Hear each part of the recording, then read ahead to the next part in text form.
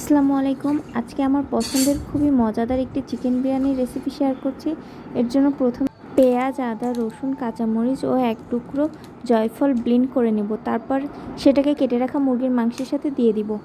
এরপর দই, শুকনো মরিচ গুঁড়া, বিরিয়ানির মশলা, জিরা ও ধনিয়ার গুঁড়া, লবণ, হলুদ দিয়ে একসাথে মিশিয়ে 2 ঘন্টার জন্য ম্যারিনেট করতে রেখে দিব। তারপর যে পাত্রে বিরিয়ানিটি রান্না করব তাতে বেশ কিছু তেল দিয়ে তাতে কুচি করে কেটে রাখা পেঁয়াজ দিয়ে দিব এবং পেঁয়াজটা বেরেস্তা না হওয়া পর্যন্ত ভাজতে থাকব। তারপর পেঁয়াজগুলো ব্রাউন হয়ে আসলে তার অর্ধেকটা তুলে রেখে দিব। পাত্রে থাকা বাকি পেঁয়াজ বেরেস্তার মধ্যেই ম্যারিনেট করা চিকেনটা ঢেলে দিব। তো সেটাকে নেড়ে কিছুক্ষণ ঢেকে দিয়ে কষাতে রেখে দিব। মাংস থেকে পানি ছেড়ে এলে ঝোলটা কিছুটা শুকিয়ে আসা পর্যন্ত কষাতে থাকবো। এখানে আমি এক্সট্রা কোনো আর পানি অ্যাড করব না।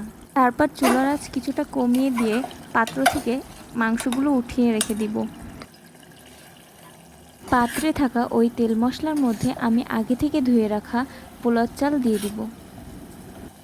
চালের মধ্যে আমি কিছু গোলমরিচ, এলাচ, দারুচিনি ও তেজপাতা দিয়ে চালটা নাড়তে থাকবো যতক্ষণ না চালটা ভাজা ভাজা হয়ে আসে। চালটা যখন খুব সুন্দর ভাজা ভাজা হয়ে আসবে তখন আগে থেকে ফুটিয়ে রাখা পরিমাণ মতো গরম পানি ঢেলে দিব। গরম পানি দেওয়ার পর এখানে কিছুটা শাহি জিরাও অ্যাড করে দিব। সব কিছু একসাথে মিশিয়ে নেওয়ার পর ঢাকনা দিয়ে দিব। চালটা হাফ সিদ্ধ হয়ে আসলে আগে থেকে উঠিয়ে রাখা মাংসগুলো দিয়ে দিব। মাংসগুলোকে ভাতের সাথে কিছুটা মিক্স করে নিয়ে আগে থেকে ভেজে রাখা পেঁয়াজ বেরেস্তা ও কিছুটা দুধ দিয়ে চুলার আঁচ কমিয়ে 20 মিনিট দমে রেখে দিব। ব্যাস তৈরি হয়ে গেল আমার মজাদার চিকেন বিরিয়ানি।